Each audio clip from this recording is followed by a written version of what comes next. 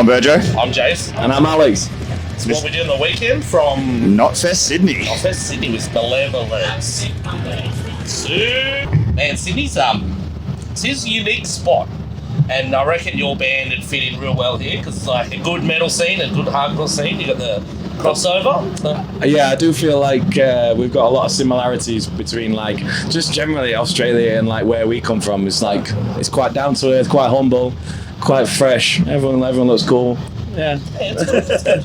Bit of the lad look as well. Fits in well in Sydney. Yeah. How's it feel to be the best band from Sheffield? Oh, that's a big claim. That I don't know if I can take that crown. No, it is. Hey, no, fuck it. Yeah. No, it feels sick. It feels sick. We got mates from Sheffield. They're like, "What about Brittany?" I'm like, Nah. Yeah, they're good. "They're good." Yeah. But Nah, yeah.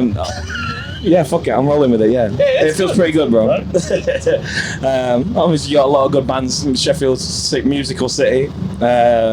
We growing up there's a lot of bands coming through that kind of paved the way for us to do what we do. Bring Me the Horizon being a big one. yeah, So, yeah. Sleeps. Whilst She Sleeps, yeah. Bands like Arctic Monkeys, Pulp. Maybe. Yeah. Pretty good. Pretty good. Yeah, I mean, yeah. They've only sold like a few million records. What's that? Like, all right. Well, Pulp can be second, Yeah. and then we'll like work out the ranks. But we're friends with some of your mates, Street Soldier. Oh yeah. We were chatting the other day, and they're like, "Oi, when you up on the left, say hello." I'm like, "Hey, righto. But there's this real cool British scene thing going on at the moment, like beatdown and hardcore and metal. It's like this weird combo, and it's only in England.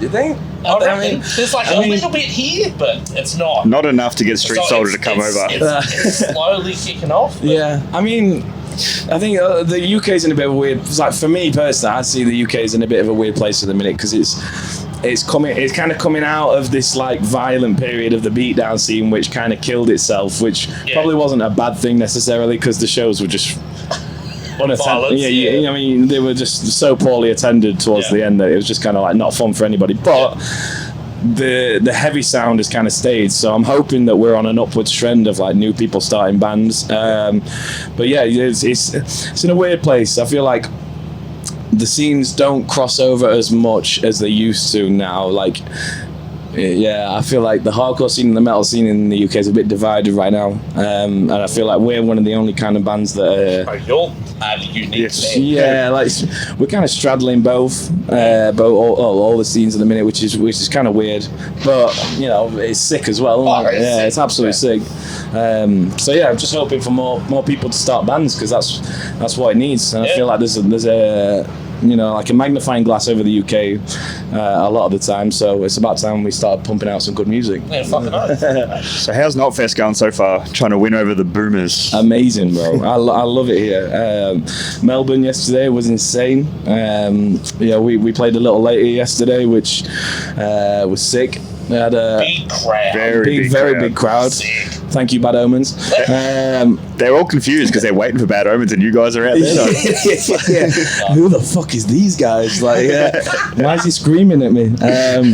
But yeah, and today was sick as well. I think it's kind of you're always going to be a little bit up against it when you're the first band on a massive festival because people have just walked through the door. They've still got their breakfast in their hand. But yeah. There was a lot of love, a lot of Malev fans in today, which was sick. A lot of people singing along. Seen heaps of merch. Yeah, bro. Sick. Yeah, it was sick. Yeah, your week. So we compare your merch setup to Justice for the Damned here. Okay. Because it's like there's one band everywhere that has the best merch and just does weird shit, and you're the band. Yeah. It's fucking sick. You're doing fucking football jerseys and like Nike hats and to be honest, that's all down to our bassist Wilkie. He's the brainchild behind that operation, and we always just try and make the stuff that we think is cool and not just churn out the same black t-shirt every time. as we're all sat here in black suits. Fuck every single one of us. Yeah. But we just we try and make it a little bit interesting and mix it up a little bit, and we take quite a bit of pride in it. So it's sick to see, especially when we come to the other side of the world and see people walking around in shirts from like the first time that we came over here, and shirts that I've not even seen for 10 years. So it's nuts. Yeah, there's a lot of OG Malev fans in Australia. Absolutely, yeah. So earlier today, before you actually jumped on stage, your whole band was doing an interesting warm-up. Oh, you saw that? Explain that. To be honest, bro, that's not even a warm-up. That's just we've got some members with ADHD, and they when they start getting fired up, they just need to do something, and they'll claim it's a warm-up. But there was backflips, there was fighting, there was trying to box jump a bin. Yeah, I don't know. I mean, whatever gets you across the line, I guess, innit? Well, most people are struggling this morning from the flights in and stuff, and then you boys are just going for it. Yeah, I mean, you can tell the British lads are here when they're like, everybody's walking around in trousers and jackets, and we're at the studio with shorts and shirts off, like pale as fuck. The British lads are here. But yeah, I feel like, I was struggling a little bit with flying. Just because I don't know what it is, like the aircon or something, it fogs my voice up. And I'm struggling as it is because I went to see Not Loose in Melbourne before Melbourne, got dropped on my head and ended up in A&E, with a concussion. And on top of that, I've got a fractured sternum from the week before when I was snowboarding with my girlfriend. So right now I'm feeling a little bit fragile. I'm not gonna lie, but we move, we keep it going, and we'll have fun either way. You jumped from the stage on the Thursday night, didn't you?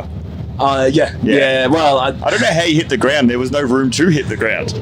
So I was watching the video back, and basically some guy jumps, and then I fell down the gap that he made, and all I know is I hit the floor, and just all I could see was white, and then I had to make my way outside the venue, and yeah, you pushed straight past me. You were just He was a Knock Loose show. I was at the Trivium show. Oh, okay, so, right,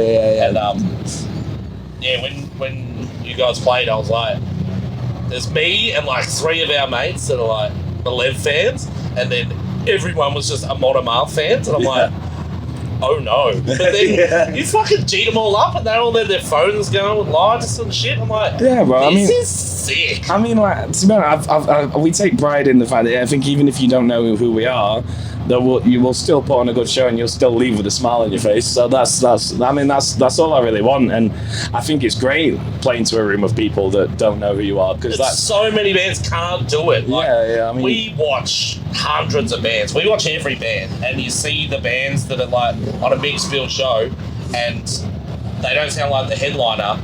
Boomers, battle jacket cunts, they're rolling in like, what the fuck is this?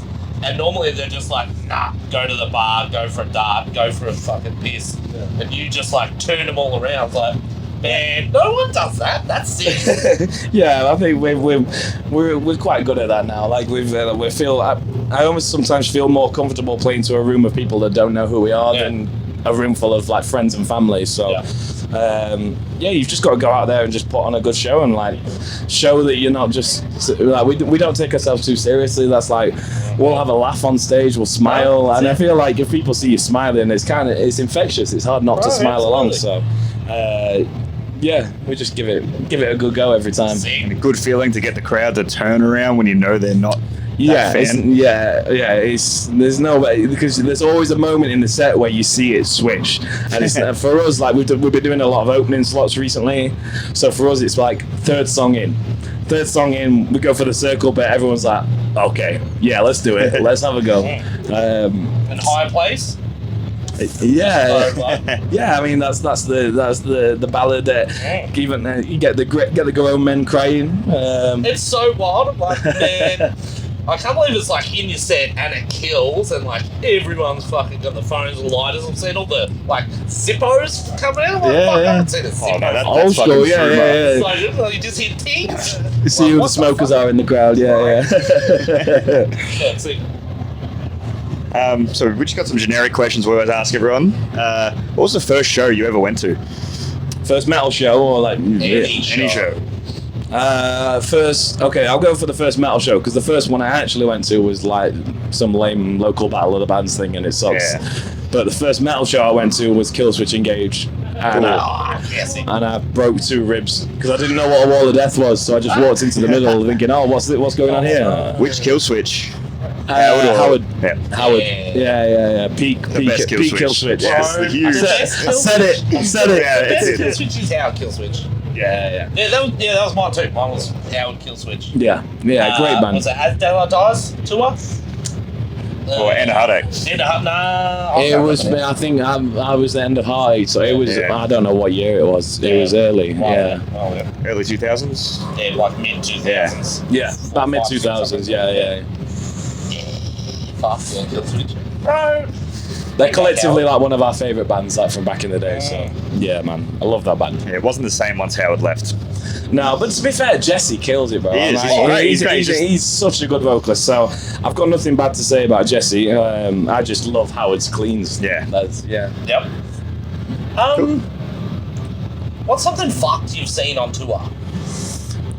Us. Oh man. I hate these questions because I can never think of a specific thing. Or like on one of your shows, something that's fucked up, or like some cunt's fucking done a flip in the crowd and broke his nose and stopped the set. Like any weird shit though? Well, someone jumped off Knock Loose the other day and hit the floor. Oh yeah. I hope that guy's okay. I go for when we played Outbreak Festival last year, and like the whole crowd, there was like 5,000 people in there, and they all got on the fucking stage, and it was like to sing along, and I was like, whoa! I was like, get up here! I always say get up here, and they literally did. So like, I mean, fair play to them, but that was. I was just like stood on the drum kit, like hanging on for dear life, and there's kids on my head, and I mean, I love shit like that. So I'll go with that one. Yeah, no, I'll go with that one. It's a nice family-friendly one. We'll talk about the other ones later. It's fine. Yeah. I think that's it. That's it. Yeah. Thank you very much. Amazing. Yeah, check out Malev if you haven't listened to Malevolence. Malevolence. I don't know what you fucking doing. Sick. Thank you for having me, boys. Appreciate it. Thanks, bro. Thank you. Thank you. Thank you very much.